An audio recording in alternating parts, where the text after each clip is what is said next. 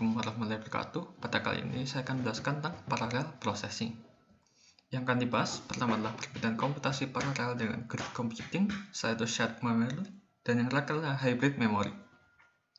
Untuk mencari perbedaan, kita tentu harus tahu apa itu penjelasan dari keduanya. Untuk pertama, komputasi paralel merupakan merupakan teknik untuk melakukan komputasi secara bersamaan dengan memanfaatkan beberapa komputer independen secara bersamaan.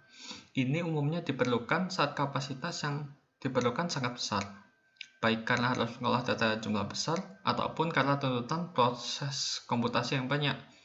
Tujuan utama penggunaan komputasi paralel adalah untuk mempersingkat waktu eksekusi program yang menggunakan komputasi serial.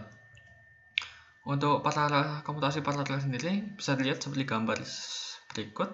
Jadi ada suatu masalah, suatu problem yang ada di bagian atas, lalu akan dikirim oleh komputer master ke komputer pekerjaannya. Selanjutnya, grid computing merupakan penggunaan sumber daya yang melibatkan banyak komputer yang terdistribusi dan terpisah secara geografis untuk memecahkan masalah personalan komputasi skala besar. Grid computing sendiri merupakan cabang dari distributed computing.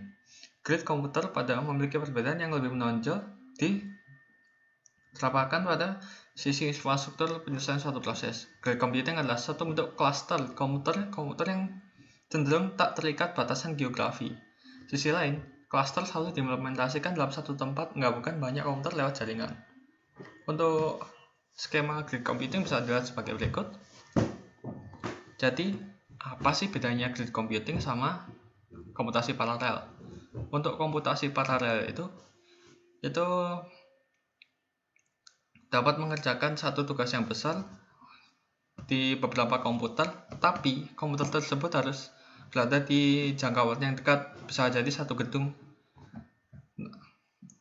Dan untuk komputasi grid sendiri atau grid computing itu bisa berada di daerah yang jauh seperti sekarang bisa kita kenal dengan work from home. Itu sebenarnya juga bisa dibilang salah satu implementasi komputasi grid. Dan untuk perbedaannya lain, untuk komputasi paralel mereka itu menggunakan satu cluster atau satu kelompok saja. Sedangkan untuk dalam komputasi grid kita bisa mendapatkan banyak cluster karena tidak terbatas pada satu ruangan saja. Selain itu, pada komputasi paralel sendiri, saat melakukan pekerjaan yang besar itu, jaringan penghubungnya itu akan terbebani dengan banyaknya data yang dipindah. Sedangkan pada komputasi grid, karena menggunakan jaringan internet, itu tidak terbebani dari segi jaringannya. Saatnya shared memory. Apa sih shared memory itu? Shared memory itu suatu arsitektur yang menyediakan global addressing sehingga berbagai prosesor memiliki cara pengaksesan memori yang seragam. Setiap perubahan pada suatu lokasi memori oleh suatu prosesor akan terlihat oleh prosesor lain. Kelebihan dari shared memory sendiri adalah pengaksesan memori yang user friendly dan performanya yang baik dalam penggunaan data bersama antar task.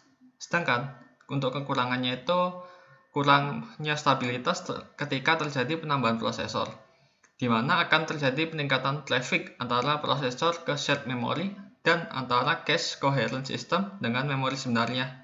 Untuk jenis shared memory sendiri ada 3, uniform memory access atau bisa disebut UMA, non-uniform memory access atau bisa disebut NUMA, dan cache only memory access atau bisa disebut COMA. Pertama, uniform memory access. Karakteristiknya itu adalah semua prosesor dapat mengakses memori sebagai ruang alamat bersama seperti pada gambar. Yang kedua, setiap prosesor bekerja secara independen namun dapat berbagi memori. Dan yang terakhir adalah perubahan pada lokasi memori dapat diketahui proses lainnya. Selanjutnya pada NUMA. Karakteristiknya adalah sejumlah prosesor memiliki bank alamatnya masing-masing. Yang kedua, prosesor dapat mengakses memori lokal lebih cepat, namun mengakses memori remote atau memori pada beda CPU itu lebih sulit, lebih lambat. Dan seringkali dibuat dengan menggabungkan 2 atau lebih prosesor SMP. Satu prosesor SMP dapat mengakses prosesor SMP lainnya secara langsung.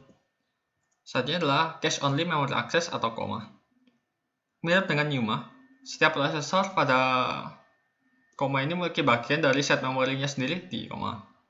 Namun, pada hal ini, set memori sendiri dari memory cache sistem koma mengharuskan data diimigrasi ke prosesor yang meminta. Selanjutnya tidak ada hierarki memori dan ruang alamat dibuat untuk semua cache.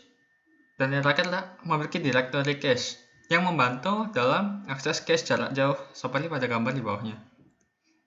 Dan yang terakhir adalah hybrid memory. Hybrid memory itu apa sih? Itu adalah suatu memori yang menggabungkan arsitektur memori yang shared dan distributed. Komponen dari shared memory itu adalah komputer SMP yang koheren. Dan prosesor pada mesin SMP tersebut memiliki akses global ke memori pada mesin tersebut. Komponen dari distributed memory itu adalah jaringan komputer SMP. Setiap komputer SMP hanya mengenal memori miliknya sendiri. Komunikasi jaringan yang dibutuhkan untuk memindahkan data dari satu komputer ke komputer.